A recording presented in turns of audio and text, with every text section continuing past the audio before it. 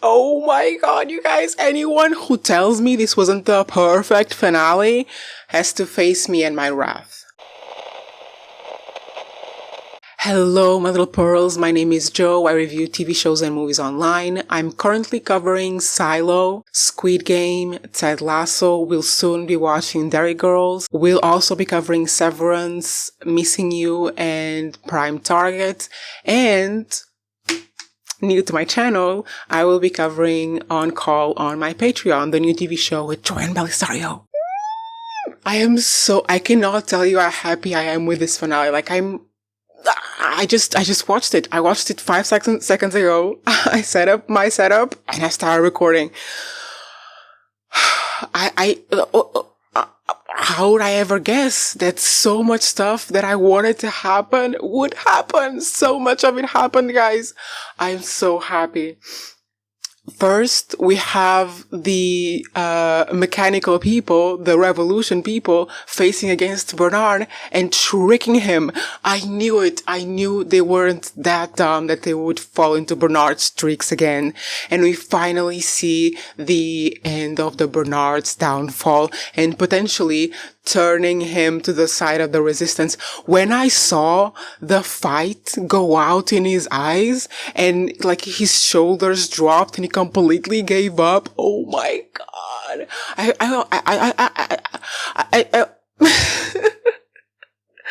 I was literally thinking like, what could he have told him to make the fight in his eyes go out like that? Like, what could he have told him?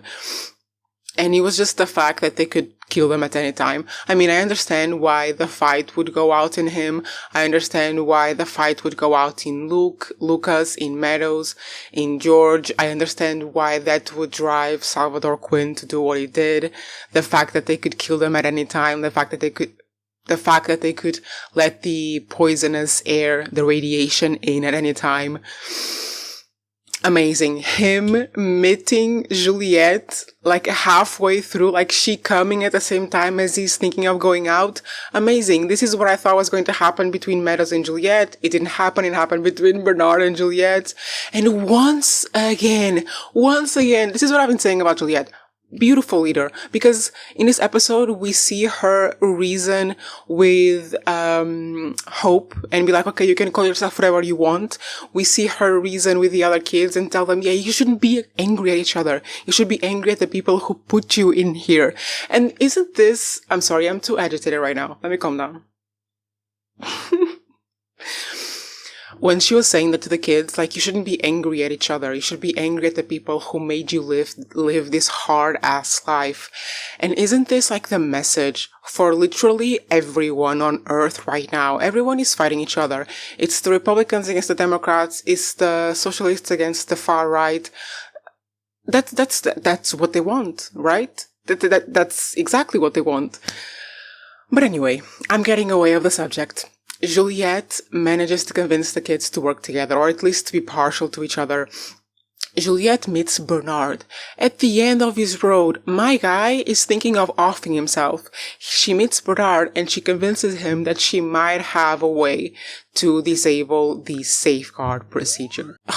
Everything that I wanted to happen, happened. To the point where we find out a little bit more of what happened to get them there 300 years ago. Let's get to it. I'm going to comment on the rest of the episode. There were many moments in this episode that I was just falling for completely, but I want to address the important question. What the hell happened to get them there? And I have a few theories right now, because the whole time I was thinking, okay, but who are these people? Who is this AI voice or AI masked voice? Who are these people talking to them? Who is the who that Bernard knows about? And we get that freaking scene at the end. Because the moment the fire came on, I was like, is it gonna end here? Is it gonna end here with questions? And we're gonna have questions for 2 years? Am I gonna have to read them books? By the way, guys, I will probably read the books. Because I need to know. I need to know what the hell happened. But okay, let's talk about the scene at the end where we see this is probably happening 300 years ago, and we get the kind of idea from context clues of the way they are talking to each other. They reference that thing where he says, "Oh, am I the only one who still thinks this is a date?"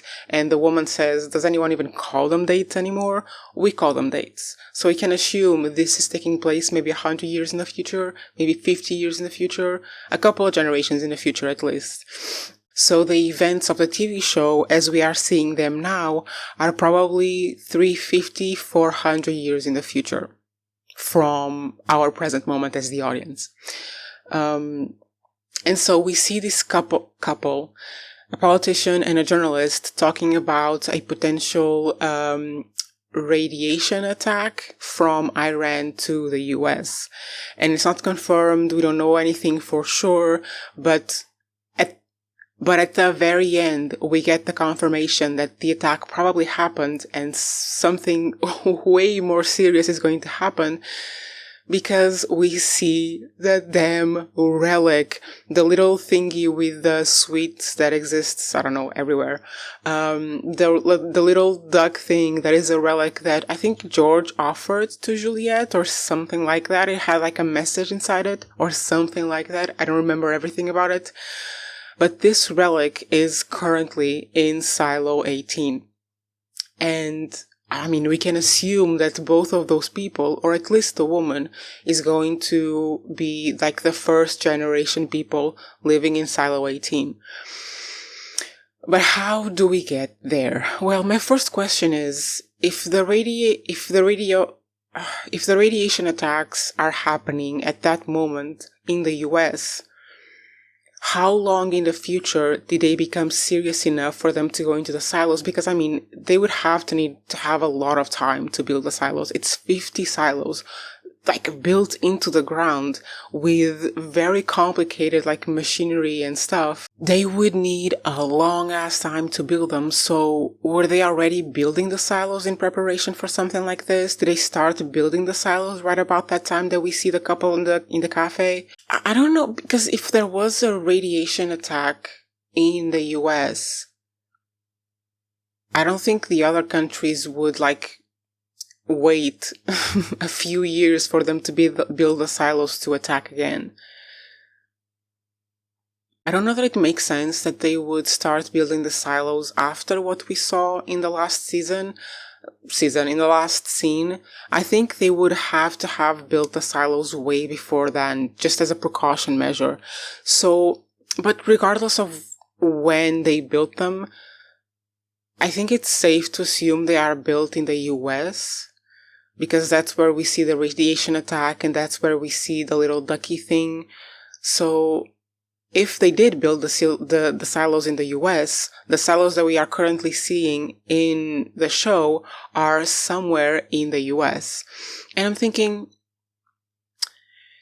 if they built the silos to prepare for the population to move underground in case of some threat or other, and we see in the show that the silo is built just outside of a big-ass city. There are a lot of big-ass cities in the US. So how many of these colonies of silos actually exist? Right? Because... Or is it that they just built it there because that was the only place with the radiation attack? Surely, if there was an attack on the US, they would attack the whole ass country, not just the capital. So, is it plausible? Is it possible? Plausible it is. Is it possible that for every major city in the US, or for every state, there is a colony of silos and a group of people living underground, not knowing that the others exist? How amazing. The amount of cultures and societies that would develop if that was the case would be extraordinary. Like, oh, this world keeps getting bigger and bigger and I love it. But first thing is the entire US living underground, and is there a colony of silos for every major city, or at least for every state? Second thing, if this was an attack from Iran to the US, surely they wouldn't act alone. Like, they wouldn't attack the US on their own, because then they would have no protection. Surely it had to be like together with China and maybe other countries. So if this is like the takedown of the West, is the rest of the world livable? Is this like the punishment for the US, where they attack them to like obliterate them, and then they force the people to live underground? And is it the attacking force, like Iran and whoever else, who is controlling the silos?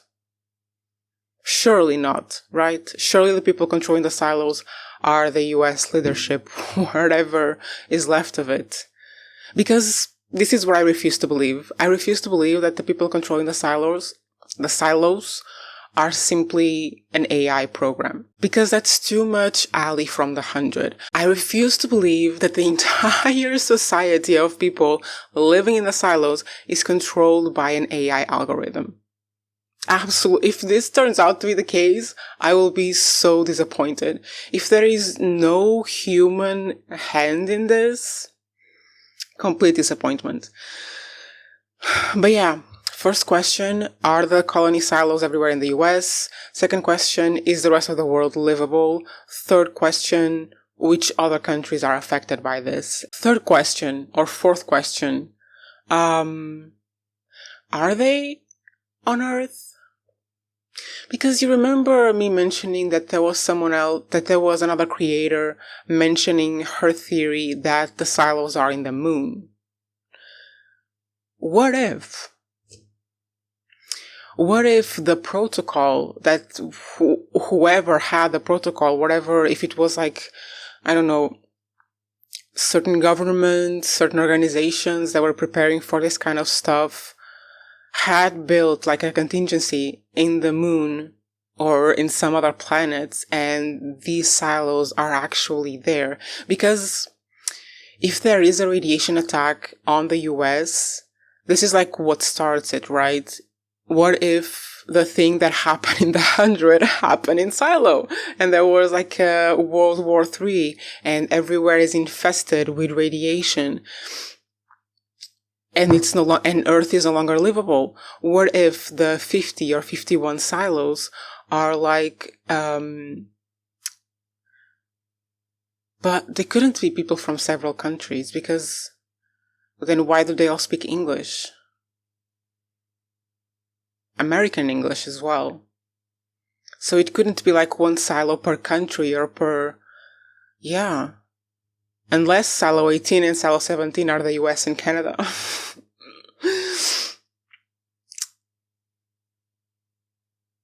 That would be a fun one though, but that would be a little bit too close to the 100. I wouldn't be down for that. Each silo being a country. But yeah, theories are abounding, but at least we know that like something happened. The biggest possibility or the biggest probability is that the silos are in the US or former US. And do you know what I'm thinking? I'm thinking of a theory that someone commented on one of my videos. I'll find it and put it here. That this thing, this mechanism, this drug that they have to make people forget about things, what if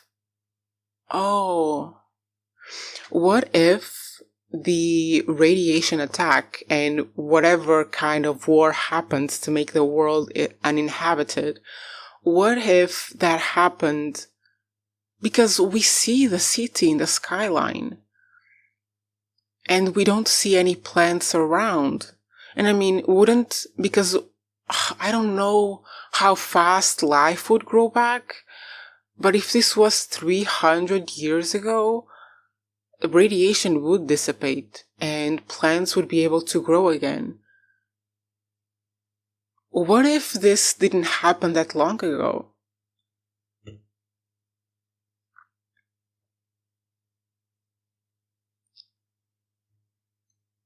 Right? Is it possible that whatever we saw, that last scene that we saw, wasn't 300 years ago?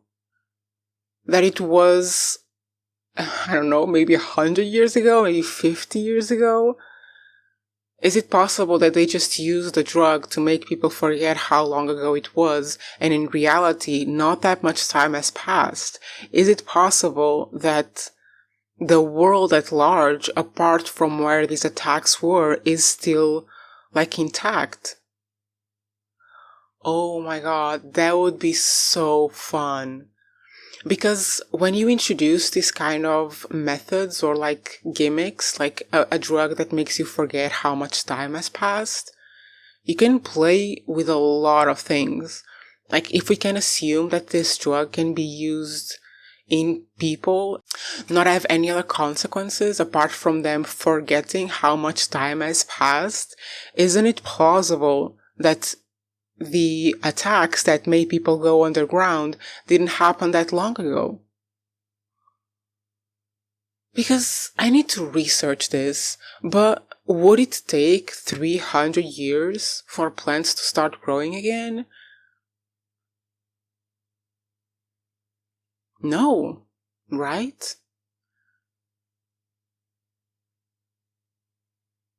Unless they destroy the entire Earth, but even then, something must survive for sure. This is what I'm sticking with. This is my delusional theory for season 3, and I will potentially have it confirmed because I'm pretty sure that I'm gonna read the damn books. But this is my delusional theory. Whatever happened to make the Earth uninhabitable and to make the outside look like the outside was not that long ago.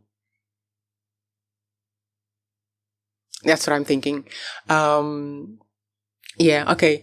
Apart from theories and revelations and what happened, let's talk about the actual events of this final episode and the things that I loved and the things that I liked, because there was nothing I disliked. First of all, from beginning to end, Juliette's father's sacrifice was a nice touch because he said that thing in the end where, like, tell my daughter that she was always perfect the way she was. There was a decent enough way to wrap his arc, because in the end he refused Bernard, he joined the rebels, and then he gave his life for like the rebels to succeed, and finally understood what his role was as a father, basically. I didn't love the idea that they made Juliette say, yeah, my father is on the other silo, because she's never mentioned her father before. And I mean, we know she cares about him, it's her father, but I feel like that was just put in there to make us feel more for his death, which I didn't. It was fine that he was gone. Bye bye, Lord Friendzone. So that's my first point. Second point, I love that they didn't make Knox and Shirley's romance into a big thing. Like, they showed us them connecting, which was actually, it felt very natural to me, and they didn't make a big deal out of it. Like, they didn't make them kiss before going to battle and stuff like that. They played it how those characters would have played it, because it's fair that they have feelings for each other, it's fair that they develop a romantic connection, but they're still fighting. Like, they're still rebelling. They're still fighting for truth and fighting for their lives. Of course, they're not gonna have time for romance right now. So I did love the way that they played that. I thought it was really well done. I thought the takedown was well done because Bernard won at the very beginning of the episode, and we as the audience knew immediately he had won nothing. And then we have the revelation that they were speaking in a secret language all along, and we have that little bump in the road where Walker says, now, and then the explosion comes just later. But I think it was really well done. It was kind of what I was expecting to happen. I wasn't expecting so many people from the sheriff's office to actually still be loyal to Billings, but that was a really nice touch. I love that, honestly. I think it shows think it shows how not divided by class they can actually be. Because the people in the sheriff's office are clearly in a position of power and of more privilege. And I think the show showing that they are loyal to their sheriff and are loyal to the person they believe in, despite the fact that they might lose certain privileges or power, I think that was a good move. Showing unity between kind of like social classes. And again, another thing that I was expecting and that they kind of made happen in a really well tied up way was the fact that no, most of the people who are rebelling and who are fighting for the truth are not stupid enough to want to go outside. They are smart enough to understand that they need to know the truth first. They need to test it first. They can't just risk everyone's lives. And it was like that, but then they made the madman, the mad guy, the guy with nothing to lose, the guy who saw Juliette's message. They made him be the loony crazy one who wanted to go outside. And in the end, it worked out well because he was kind of, he wasn't alone, but the crowd of people around him weren't the majority. And then we get Juliette coming in and giving them the message, don't go outside, it's not safe. It was so well tied up. And it was well tied up with Mechanical Crew, with Juliette coming, with Bernard's situation, but we have to mention the Sims family. I knew it. I knew he would want to protect the silo at all costs. And I mean, at that moment, it kind of feels like and I knew he was going to get in the safe. I knew it. I'm like, you can't mention it. You can't mention the safe and mention him wanting to know what is inside and then not deliver on it. And at first I thought, okay, they're going to move in there like Jimmy moved in there and they're going to live off of what is in the safe with whatever happens outside. But remember what I've been saying about Camille, that baby girl has something going on. She understands more than she's saying. And then we see baby girl Camille, her baby, and baby boy Sims walk into the safe and they talk to this AI voice. And Robert says, yeah, I want to keep the silo safe. I want to save the silo. And the AI voice, whoever is behind it, hopefully humans, is like, great, that's cool and all, but you gotta leave because we want Camille. And guys, I have theories beyond theories because I've been saying for a few episodes that Camille is aligned with someone. She's fighting for something else entirely. Isn't it plausible? Isn't it plausible that she's working for whoever is this upper management? Listen, I understand that they might want Camille because Camille is a far better leader than Sims. She's much smarter than him. She was the one who was kind of leading him to what he needed to do. And Sims has all the capacity for a dictatorship, which I don't think anyone would want. So they ask for Camille, and I think it could be that these people behind the voice or this algorithm, whatever it is, it could be that they have analyzed their behavior and they know that Camille is a better leader. But I think my delusional theory, which if you have been up to date with my videos recently, you have realized that my delusional theories are becoming a little bit too serious. They're coming out to be true a little bit too often. So my delusional theory about Camille might come out to be correct. And this is it. Camille is working for the upper management. She has to be working for the upper management. Otherwise, why would they pick her? I mean, she has better leadership skills, but it would be so much better if she was in league with them, whoever they are.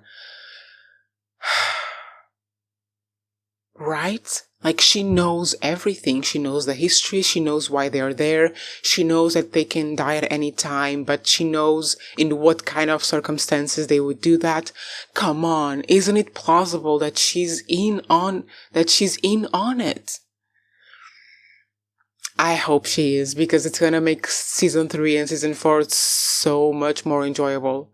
But anyway, predictions for the next seasons. There is absolutely no way in hell that Juliette and Bernard are dead. No way. I mean, I'm assuming that Bernard told her to get down because he knew that the fire would go up or something.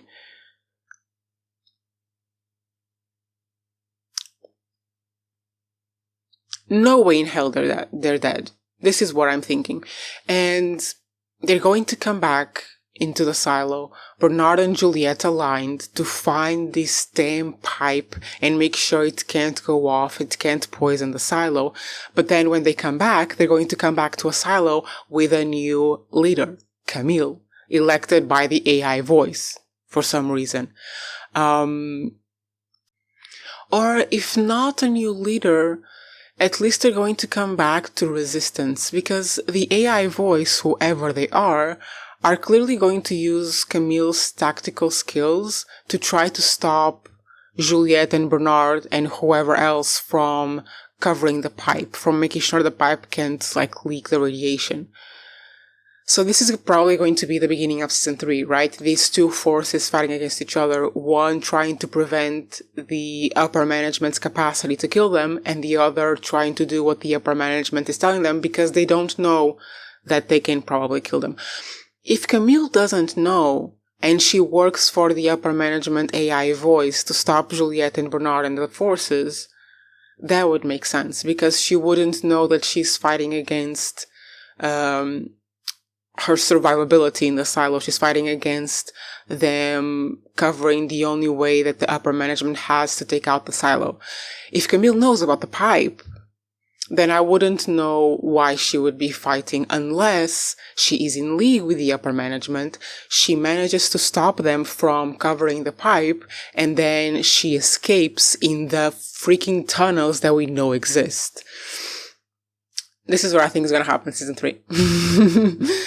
And I hope we get more scenes. This would be such a fun season 3, guys. Because in this season 1, Silo 18. Season 2, Silo 18 and Silo 17. In season 3, it would be so much fun if we had Silo 18 and the past. So we would slowly but surely find out what happened to get them here. Potentially not that long ago.